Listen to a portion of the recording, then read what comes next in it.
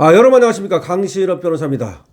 자, 이재명을 구하겠다고 조작기소 국조를 하고 있는데요. 이건 너무나 비정상입니다. 정치에 의한 법치 파괴. 지금 또 뜻있는 많은 법조인들이 이거를 비난하고 있습니다. 장영수 교수가 이거는 조작기소 국조를 강행하는 거는 오히려 이거야말로 비정상적이고 법치를 정치로 파괴하는 것이다 라고 강력하게 비판을 하고 있습니다. 자, 장영수 교수가 뭐라고 얘기하는지를 보죠. 이재명 정권은 제왕적 대통령과 제왕적 국회가 결합하면서 그렇죠. 민주화 이후 가장 강력한 정권으로 평가되고 있다는 겁니다. 제왕적 대통령 플러스 제왕적 국회. 야당의 견제 기능이 약화되면서 정권의 오남용 사례들은 계속 늘어나고 있는 추세입니다. 특히 사법 독립에 대한 침해 문제는 아무리 얘기를 해도 지나치지 않다는 겁니다. 그러니까 제왕적 대통령 플러스 제왕적 국회. 그러면서 사법부를 갖다 침해하고 사법부는 완전히 그냥 스타바리가 되고 있다는 겁니다. 이런 가운데 이재명 과거 사건과 관련한 검찰의 기소가 조작됐다라고 하면서 집권 더블당 주도 아래 국정조사를 하고 있는데 조작 기소가 의심된다면 이를 입증해서 재판에서 무죄 판결을 받는 것이 정상이라는 겁니다.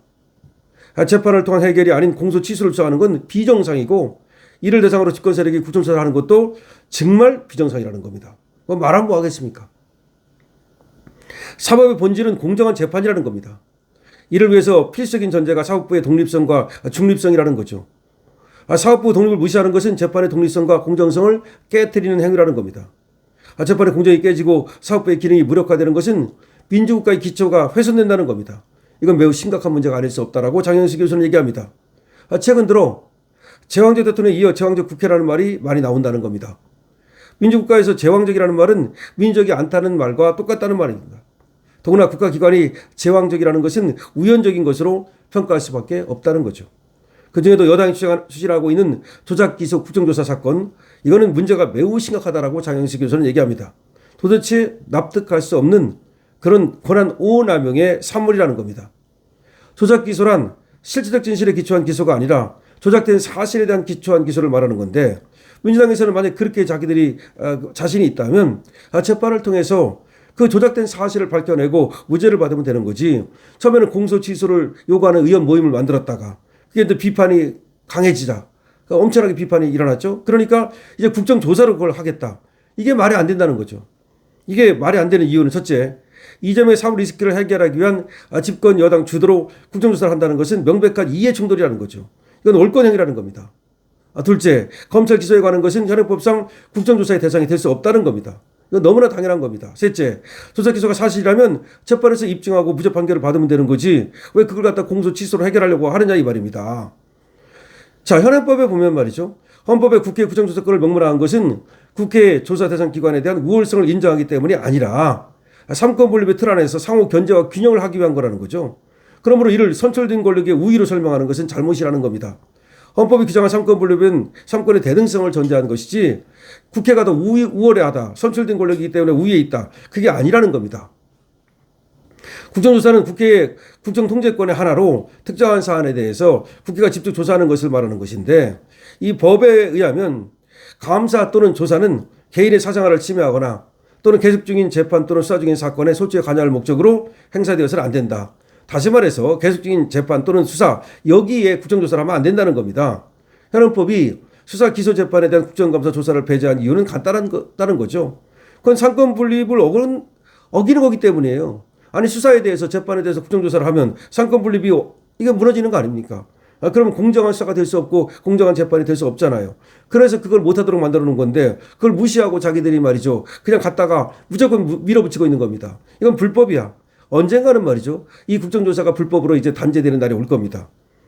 정치가 사법을 좌우한다는 것은 법과 정의가 사라진 무법천지가 된다는 걸 말하는 것이다. 장영식 교수는 이렇게 말합니다. 아니 정치하고 법치는 완전히 다른 거예요.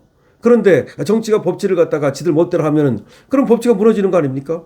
법치가 무너지면 나중에는 뭐가 무너져요? 민주주의도 무너지는 거야. 쟤들이 지금 자기들이 힘이 있으니까 법치를 무너뜨려도 상관없다고 생각하는데 법치가 무너지면 자기들이 먼저 당해요. 나중에 이제.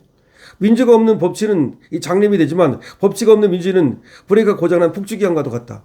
다시 말해서 법치가 없으면 민주주의가 그냥 고장난 브레이크 없는 그런 기관차와 같다. 너무나 위험하다는 거지. 다시 말하면 지금 국회에서는 거대 여당에 의해서 정치가 법치를 파괴하고 있다.